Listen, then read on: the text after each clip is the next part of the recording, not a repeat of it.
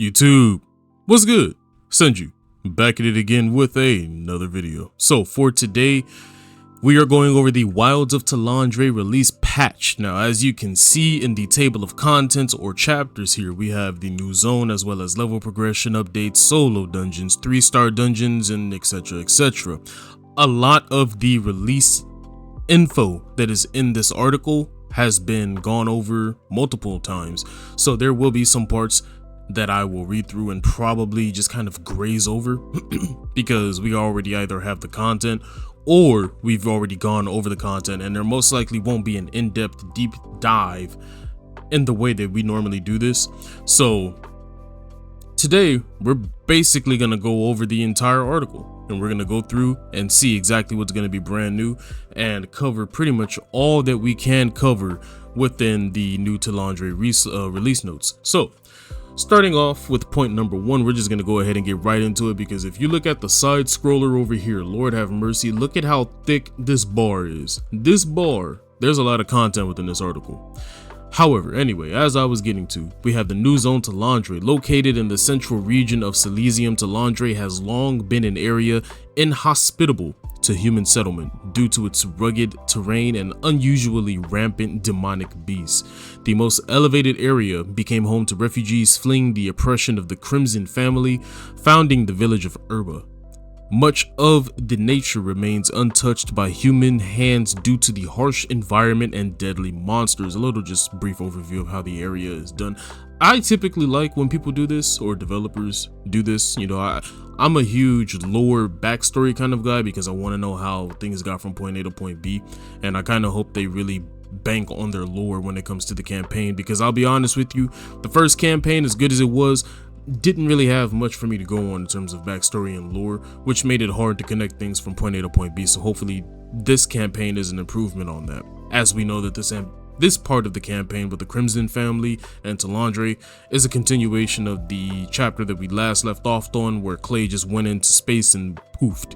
So the first thing that comes with the major expansion of the year, as you can see, we're going to have level progression updates. Now, discover the next chapter in the story of Throne and Liberty, level up your character to level 55, increase your lifestyle content levels to 25, and more.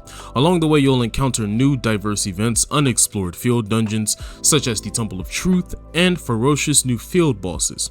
Following the launch of Talandre, frequent milestones will introduce new zone events, arc bosses, field dungeons, and other surprises. Now, this is something that was spoken about but hadn't really been in-depth reviewed yet, or actually deep dived yet. They did speak about it a little bit in the Wilds of Talandre deep dive video. However, we have solo dungeons that are now coming to both the Korean and the US global services, and as you can see, want to make an even bigger impact in your next group or guild activity, triumph over the new solo dungeons like the Hall of Illusion. So we have names for one of the solo dungeons already, the Hall of Illusion. That actually sounds pretty clean. Sounds like it's going to be mostly a puzzle encounter or a really test your IQ encounter. However, as we said, you can triumph over new solo dungeons like the Hall of Illusion for an easier transition into more difficult content. You'll also earn rewards for overcoming foes, obstacles, and unique mechanics. Kalos, the master of the Hall of Illusion, sought to make the halls not just a gallery of masterpieces, but a living, breathing world unto itself, bearing witness to adventures, overcoming trials, and growing from their journeys inside the paintings became his greatest joy and purpose. Now you grasp one of Kalos's inventions. I wonder if I'm pronouncing that incorrectly. I feel like it might be Kylos. So we'll go with Kylos's inventions.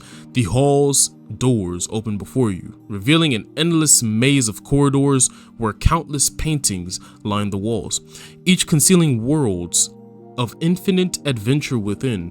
What sagas will you inscribe amid these mystical halls? I'm gonna be honest with you, I have no idea where they're going, but off of context clues, it sounds like you're going to be able to choose your path, sort of like a roguelite, but instead of you getting pop-up windows allowing you to choose where you're going to go, it sounds like you're going to be able to jump through paintings once you get through a certain area. and choose your next route, and then eventually you're gonna run into the boss of the solo dungeon. Now, the thing that we've all been anticipating, the 3-star dungeons. Now, this right here, I'm hyped about. So, for those who have mastered 2-star dungeons, we're excited to see more experienced adventurers venture into our greatest challenge yet, 3-star dungeons. 3-star dungeons unlock when you hit level 55 and require a minimum combat power of 3500, which most of you should already be at, because once you get to level 50 and you start just getting your character fully leveled essentially through your gear, you're pretty much very easily going to hit 3500. So everybody at this point should be at 3500. Now, team up with your strongest allies to overcome the following 3-star dungeons. Here is a sample of the first few that you'll encounter. Rancor Wood, love the name by the way. According to human legends, an ogre who had lost everything to humans established his own kingdom deep within the forest. Gifted with enhanced intelligence and physique by an elf from the past, he rallied his kin and declared war on humankind. As those who ventured into the woods perished, a raid group was assembled to slay King Kazanian, or Kazizan? Khan Zizan, boy, what a name. The ogre warlord, but they were too found as mangled corpses. What a name. Assembled to slay King Kazizan. Holy hell, what a name. Okay, the Hall of Tragedy. The Burkent estate has a hidden secret space. The space was created by the architect who designed the mansion using magic, and later additions like a prison, indoor garden, and audience chamber were built there according to the needs of the successive lords. Deep within the halls of tragedy, Grand Spineflower Commander Lemony Burkent. What is that name? Grand Spineflower Commander Lemony Burkent and his mighty warriors became monstrosities due to the curse of florification. Holy, these names are killing me. Chapel of Madness. Scultus, the Grand Elder of the Sylvanian Order, secretly conducted a horrific demon summoning ritual disguised as a worship ceremony. After hypnotizing his loyal followers, Scultus sacrificed them to summon the dreadful demon Grey Eye, but unable to control its power, he ended up sealing it underground. Drawing strength from human fears, Grey Eye is manipulating its underlings to continuously offer human sacrifices in order to break the seal. Desirable drops like powerful tier 2 gear sets, weapon mastery seals, Amatoi, abyssal contract token points, and crafting materials await. You'll receive rewards that can be used to craft items that drop dimensional soul shards in each 3-star dungeon. I'm just going to tell you right now, I don't have trouble reading confusing names. These names gave me a run for my money. Who on earth came up with Grand Spineflower Commander Lemony Burkent and then Scultus, the Grand Elder of the Sylvanian Order? Good God, though that's a mouthful. I'm excited. I can't wait to hop into these. Tomorrow's going to be pretty lit. Now, starting off with the weapon mastery revamp. Obviously, we've already been through this, so we'll just kind of lightly graze over this. However, there might be some information that they put out here that we haven't even known about yet, because who knows, they might have some new things up their sleeve about the weapon mastery system. So, as you could see, just as before, you could select your key nodes, leveling up your weapon mastery. We've already known about this. Now, the weapon mastery is now gained independent of which weapon you have equipped. Instead, you'll have the option in the UI to select which weapon will receive the weapon mastery points. They're referring to the ability to just take a collection of points. So essentially, right now, for those of you that have been living under a rock, if you get 20,000 mastery points towards daggers, you can only use them on daggers.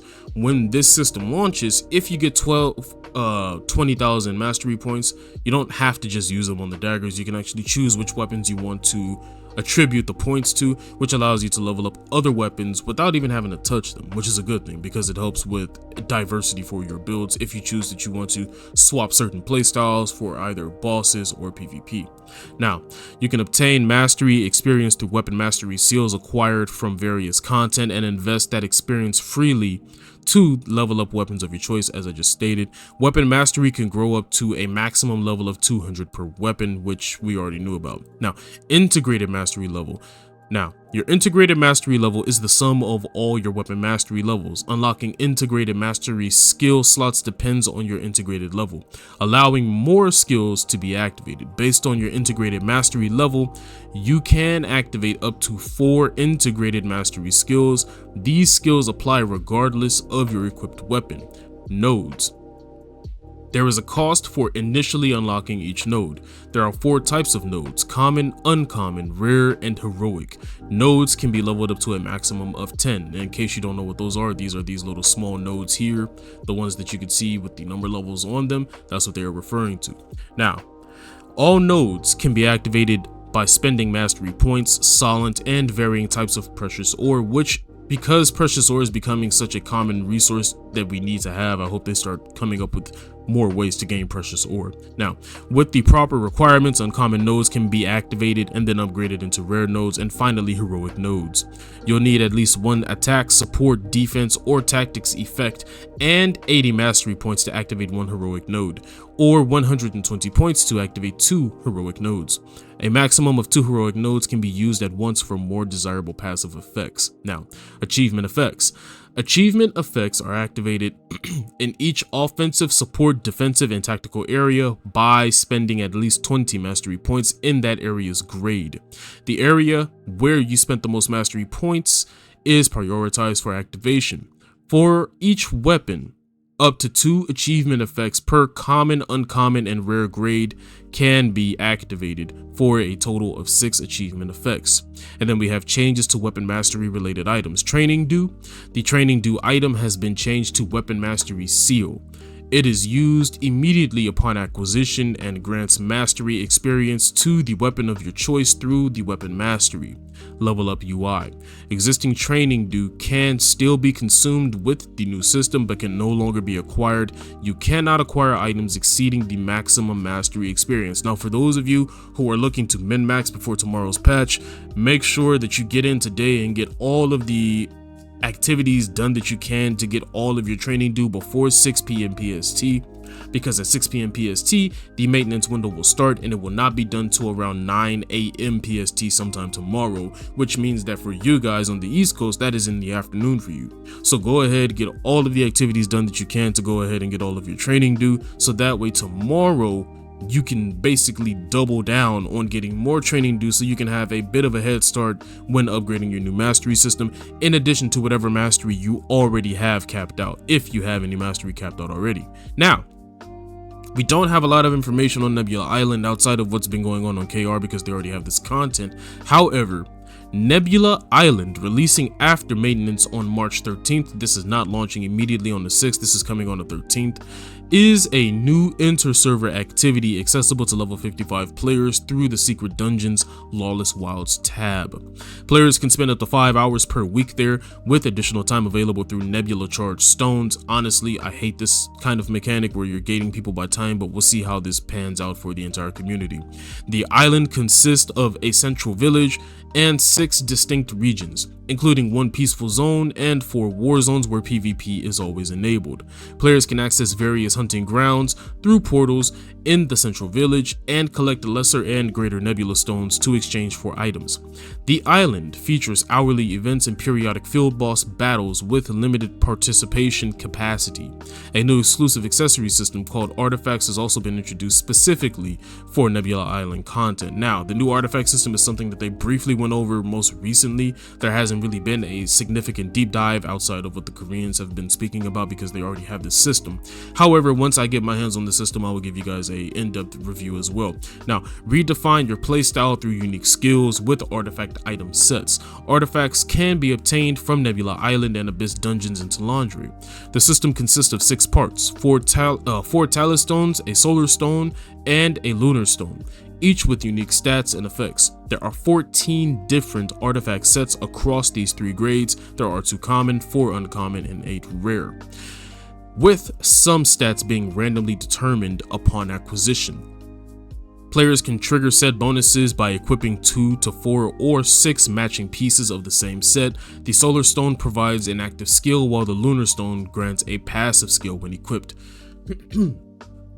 Now, something that I've personally been keeping my eye on is the new lifestyle content, because even though I'm not a lifestyle junkie, that is a very important part to MMO specifically, and I do appreciate when those systems are actually done right, so that for even people like me who are not lifestyle junkies, you can come in and pretty much enjoy that aspect of the game still. Now, enjoy the cozier aspects of Talandre with 24 new fish, honestly something that I'm probably going to be looking forward to, funny enough. 4 new fishing rods, not going to be looking forward to this because of how difficult it already is to just get something as simple as a upgrade to the base game fishing rod, and a variety of new collectibles, plus 10 new cooking recipes and forage items. Now, players will also have another reason to gather ingredients now that the 5 types of elixir items, excellent attack and defense elixirs, rare attack, defense purification elixirs, can be cooked.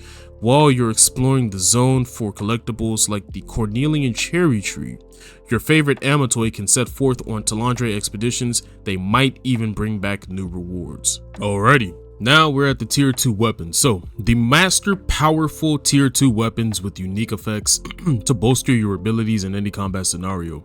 Players can expect new tier 2 weapons and armor to be available over time. The items will drop from the new field bosses, abyss dungeons, and co-op dungeons. Players can also craft certain gear with tokens received from various encounters. They are briefly going to go over the event pass for Wilds of Talandre, which is not the battle pass, this is just the event pass. So, conquer event challenges and level up to obtain additional rewards like styles from the Lightbringer weapon set, Let's Go emote, the Sylvan Further Glide Morph, and Phantom Thief Nick Amatoi through this limited time exclusive event pass. And you can see some of that above. Honestly, this is probably one of the best sets that they've actually brought, in my opinion. It has that Final Fantasy vibe to it, and I'm all about that. This Glide Morph, definitely gonna go ahead and cash out and grab that. I'm not even gonna lie. That's getting done immediately.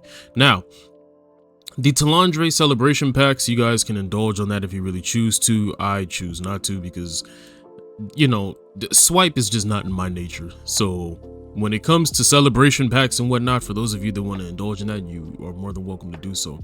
Milestones are time-sensitive events that reward you and your guild with unique incentives. Now, these are already in the game, however, all of these changes are going in effect after tomorrow's maintenance ends. Now, the first set of players who complete these challenge goals will receive unique spoils as well as unlock their server's next set of content for everyone to enjoy. However, if time runs out and no one completes the milestone goal, no rewards will be given and the next set of content will unlock at a later time based on milestone schedule. Now, the following March through April milestones apply to both US East and West servers unless otherwise indicated. After March 6th maintenance ends, the first milestone will be the dynamic event Quietesi's Demence. March 7th, the dynamic event Forest of the Great Tree, as well as the new Boonstone unlocks Quietesi's Demence. Now, March 8th, Field Boss Daigon. So on March 8th, we're going to get the first Field Boss for Talandre Daigon. March 9th, we're going to get the Temple of Truth and the Burkanta State Dungeon, as well as a new Boonstone, the Forest of the Great Tree. March 10th, Boonstone First Battle for Quietesi's Demence, Forest of the Great Tree, and then the new dynamic event, Swamp of Silence, and then the Riftstone for Daigon, the Field Boss, will unlock.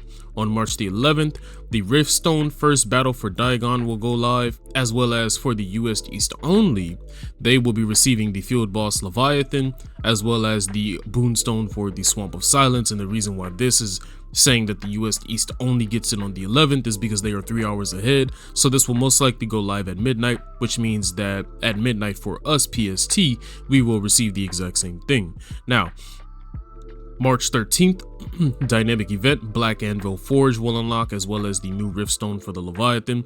March the 14th, we will then get the first Boonstone battle for the Swamp of Silence. March the 15th, Riftstone First Battle Leviathan, as well as the brand new field boss Pakilo Naru, as well as the Boonstone for the Black Anvil Forge. On the 17th, as you can see, we are going to get the first Boonstone battle for the Anvil Forge, And then we are going to go through the dynamic event for the Burkant Manor, as well as the Riftstone unlock for Pakilo Naru. For March the 18th, we're going to get a new Riftstone for Pakilo. For March the 19th, we are going to get the new Boonstone for the Burkant Manor. And for the 20th, we are going to get the new dynamic event for the Crimson Manor.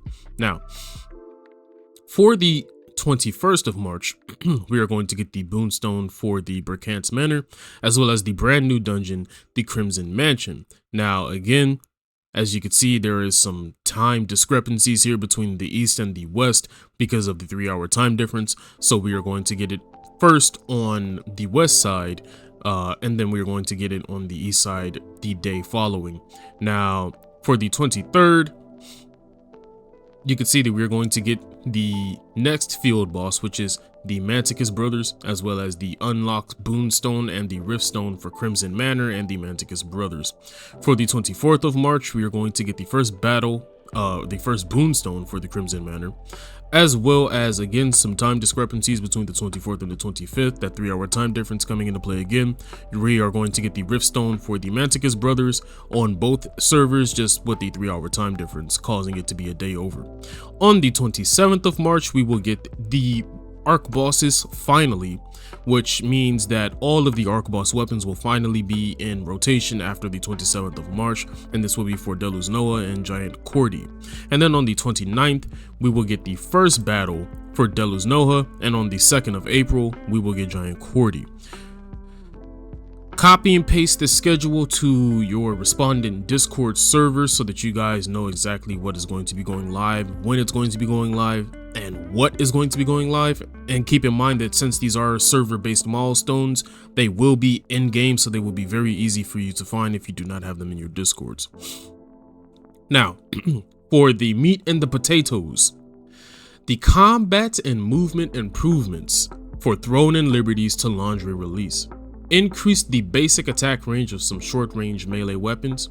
Some skills that previously did not have a cooldown between uses are now subject to a short 0.5 second global cooldown delay on reuse, meaning that those abilities that have stacking effects now have a half-second cooldown before you can reuse them, so you just cannot spam them back to back.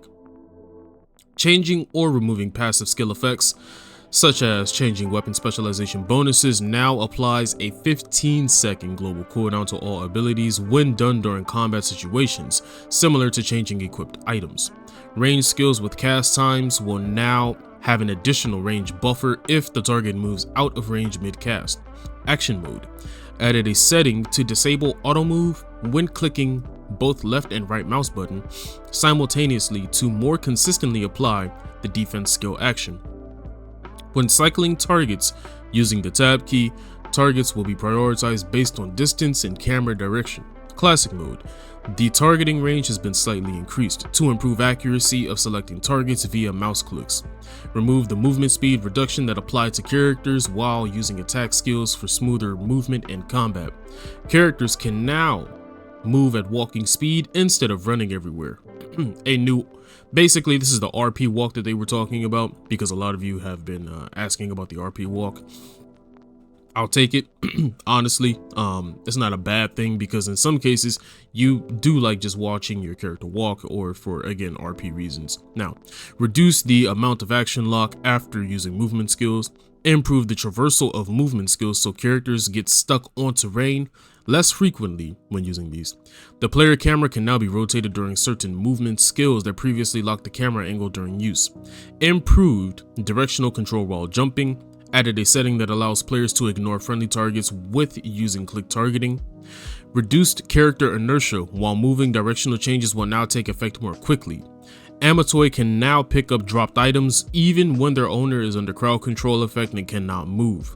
Charge and gap closer abilities have had their effective ranges slightly increased to maintain the same distance after the changes in the melee weapon attack range. Floating damage text. The fonts for the floating damage text has been changed, adjusted the color and animation of critical hit and heavy attack floating text. Text no longer remains at the hit location. That's actually really good for DPS testing. Wilds of Talandre siege schedule. The castle siege, originally scheduled for March 9th, has been removed from the schedule to allow time for players to experience Talandre content on post-consolidation servers. The next castle siege will now take place on March the 23rd. Castle defenders will be assigned on the 21st. The tax delivery event, eligible for March 16th, has also been removed from the schedule, and the next tax delivery event window will take place after March the 23rd's siege. Tax delivery. Future tax delivery events will take place at a standard system schedule time instead of relying on guilds to schedule them. Huge buff to everybody trying to actually defend against a tax delivery. The planned tax delivery event takes place on non-siege weeks at 8 p.m. That is a huge buff to pretty much every server that is trying to currently defend against guilds that are abusing the time scheduling system. Now, the new weekly mission system. The new weekly mission system replaces the previous weekly rewards menu and offers more than 15 different activities to participate in to earn weekly reward points that grant items as you accumulate points. More weekly points can be earned than what's needed to unlock all weekly rewards.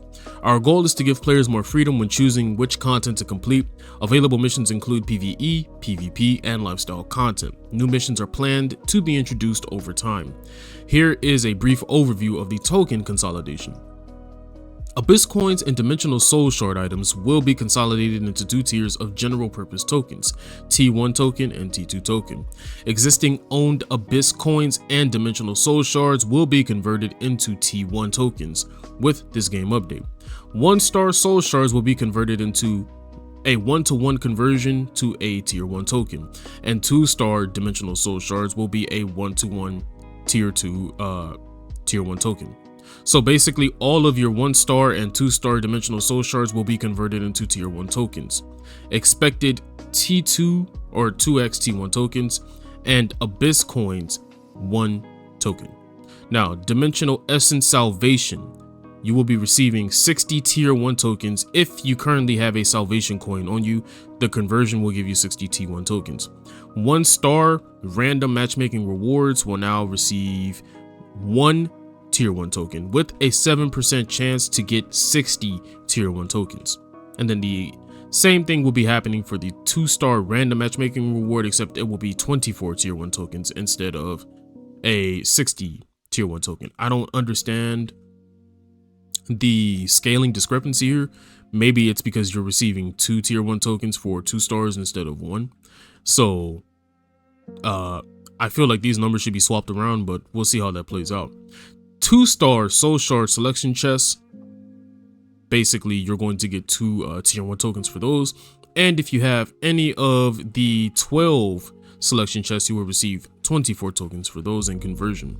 Co-op dungeons and Abyss dungeon contracts will now award T1 or T2 tokens depending on which tier of content you complete. We briefly went over that in the previous video. Tokens can now be acquired from the arena shop as well as the new weekly mission menu. So in exchange for receiving less tokens overall, essentially because of the new purchase system that went live early in Korea, you will be able to get them from everywhere, essentially, that will allow you to get the gear. So they're trading ease of use for a little bit slower acquisition for gear, which I'm kind of okay with. Gear sync.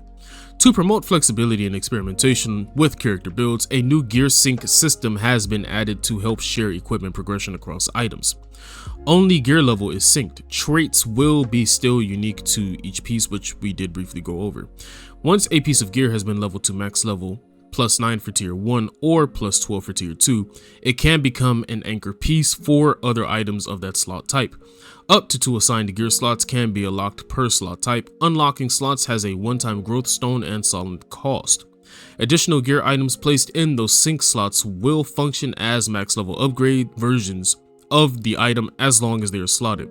Synced gear can be swapped out to slot different items at any time. War games. Teams are no longer required to have 3 team leaders selected to begin a game.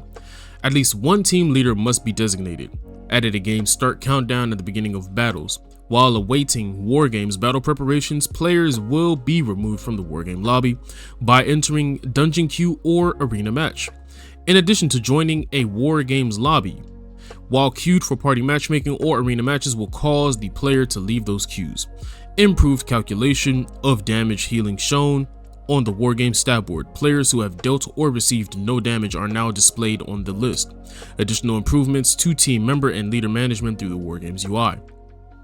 Now we have our weapon changes, again, the meat and potatoes of this patch. Sword and Shield, otherwise known in my language as Sword and Board. Shield Strike, Piercing Strike, fixed an issue where the melee heavy attack chance effect was abnormally applied when skills hit. Resilient Mind, adjusted so that blocking with shield block or shield survival technique, an amount of mana is recovered from the blocking damage, up to a maximum of 30 times per use of the shield survival technique for health and mana recovery. Resilient Mind, fixed an issue where health recovery amount was slow when intermediately evading attacks or when blocking with shield block or shield survival technique. Shield survival technique, changed so that health recovery is only applied when blocking fury attacks. Stalwart Bastion, fixed an issue where the Unshakable Will skill effect and replenishment skill effect did not activate when the Stalwart Ego specialization was active. Strategic Rush, changes so that it only deals damage to stealth enemies and breaks stealth when hit. If the target is immune to collision push, only the skill damage is applied. Spectrum of Agony, adjusted so that the duration increased to provoking roar or cleaving roar effects when dealing damage to targets affected by them is applied up to a maximum of 3 times per second. Aegis Shield, magic defense increase per shield block has been removed. Greatsword Ascending Slash, fixed an issue where collision knockdown effects were not being applied to the target when the wand skill Deep Nightmare was active. Daggers, Block Blade, fixed an issue where the movement speed increased upon executing a perfect block blade. Umbral Spirit, the maximum number of applications per skill has been limited to 30. Fatal Stigma, the AoE damage specialization effect now ignores shield block chance. That is huge for nuking tanks. Shadow Walker, effect duration has been changed to 4 seconds. Crossbows Detection, the melee evasion effect has been removed. That is a huge nerf to crossbows. Staff, Serial Firebombs, fixed an issue where the range increased specialization did not activate if the target died while using serial firebombs or focused firebombs. Infernal Meteor, fixed an issue where this ability would occasionally not hit targets at different heights. Infernal Meteor, Infernal Meteor and Hellfire Rain now ignore shield block chance, again a huge buff to nerfing all the tanks in the game. Frostmaster, fixed an issue where this ability occasionally did not activate when there was a height difference. Wand and Tome. Cursed Explosion, fixed an issue where only 1 stack of burning was removed when using Cursed Explosion. Let's see, Cursed Nightmare, adjusted so that it deals 100% of the base damage as additional damage on hit. Cursed Nightmare, fixed an issue where Enhanced Nightmare specialization did not apply to the time bomb debuff to targets. Swift Healing, fixed so that it does not trigger when swift healing on oneself with healing transfer specialization. Added accurate values to the description of the healing transfer specialization. Saint's Oath, the healing received bonus effect is removed. Spear, Mortal Wrath, fixed an issue where Mortal Wrath did not immediately reflect changes to base damage. Phoenix Barrage, adjusted the damage of Phoenix Barrage skill and increased the monster damage boost from 80% to 125%. Javelin Inferno, fixed an issue where the chain transfer of Javelin Inferno was incorrectly displayed as 5 meters in the description and corrected it to 4 meters. Javelin Inferno changed the duration of the Ember resource used for Javelin Inferno from 30 seconds to 10 seconds, adjusted the damage of the Javelin Inferno and increased damage by 33% against monsters. Cataclysm cooldown changed to 27 seconds. Longbow, Roxy's Arrowhead, fixed an issue where Roxy's Arrowhead did not immediately reflect changes to base damage. Decisive Sniping, the Decisive Bombardment specialization now has shield block penetration effect. Arc Bosses and Field Bosses. Field Boss encounters now have 3 portal options to choose from: Peace, Faction, and Guild. Peace portals function as a standard open PvE version of the boss encounter. These new portals use matchmaking from across all servers in your region. Peace mode portals Access an instance PvE fight that maintains preformed parties on entry. Faction mode portals go to an instanced PvPvE fight where players are randomly matched onto one or two faction teams. Preformed party groupings will be maintained within this faction matching. Guild mode portals will match two guilds for a GVG instanced fight. Guilds must enter with between 36 and 48 players to match up against other guilds. If an odd number of guilds attempt to join the fight, it could be a 1v1v1. Arc bosses now have peace and faction portals that behave like the new field boss peace and faction portals, but also maintain their in-world version of the fight for Alliance v Alliance competition. Two Arc bosses now spawn in the same scheduled Arc boss slot to increase opportunities for players to participate. Field bosses now maintain tracked contribution if the boss is reset during the fight. Arc boss weapons from Bellendir and Tevent have been buffed to remain competitive with the tier 2 equipment. Then we have some daylight saving schedule changes, which you guys can read through if you choose to, as well as some server transfer cooldowns, which you guys can read through if you want to. Now, let's go to the Abyss chest stacking update. For Abyss chests obtained through nighttime PvP in Saradama Island and Shadowed Crypt, we've identified an issue allowing players to accumulate those chests beyond their intended quantities. To ensure a fair playing field through Talandre's launch, the following changes have been made. Players will be limited to a max quantity of 65 Abyss chests. Any chests exceeding this limit will be removed with this update, so open those if you haven't opened them already and get them down to the quantity of 65. For each removed chest, players will receive one tier 1 token as compensation. Tier 1 tokens are used in crafting tier 1 gear or trait unlock stones. The remaining up to 65 chests will have an expiration date of March 13th. We understand that this isn't ideal news for some players and regret the frustration this may cause. However, these chests were not intended to be accumulated in these quantities in the first place. We believe this action necessary to maintain balance and fairness for all players going forward. I'm okay with it. Make it happen. Items. Increase the dimensional contract token selection box timers from 1 day to 3 days. Unified active and passive skill growth books into a single growth book type. That is actually a huge buff.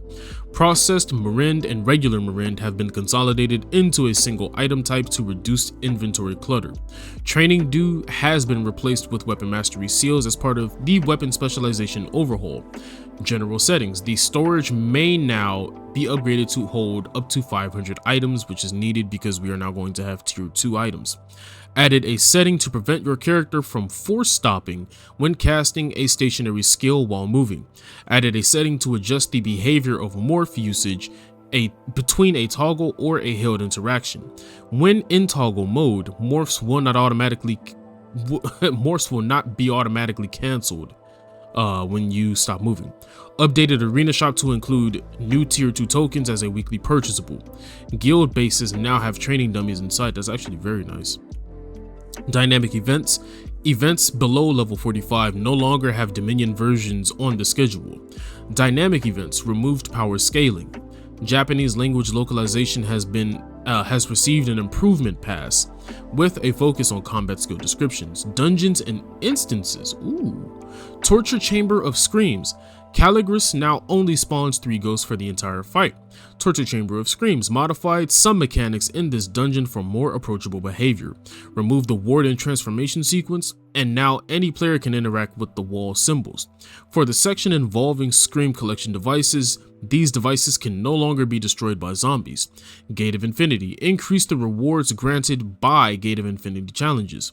For the foreseeable future, we've increased the spawn rate for all main story and Abyss dungeon mobs to help support increased activity during the Talandre launch window. Okay. And then we have a bunch of UI changes if you guys choose to go through those UI changes. That is it for the Talandre release notes. That was an absolute juggernaut of an article and was to be expected, although I didn't expect them to go that much in depth with all of the changes that they actually went on ahead and made. Now, unless we receive a post patch note update, these are the patch notes for the Wilds of Talandre. Today we have maintenance at 6 p.m. PST as stated before, and it will not be done until 9 a.m. on the 6th. So get whatever you have to get done today before 6 p.m. and I'll catch you guys tomorrow for the Wilds of Talandre. Take it easy.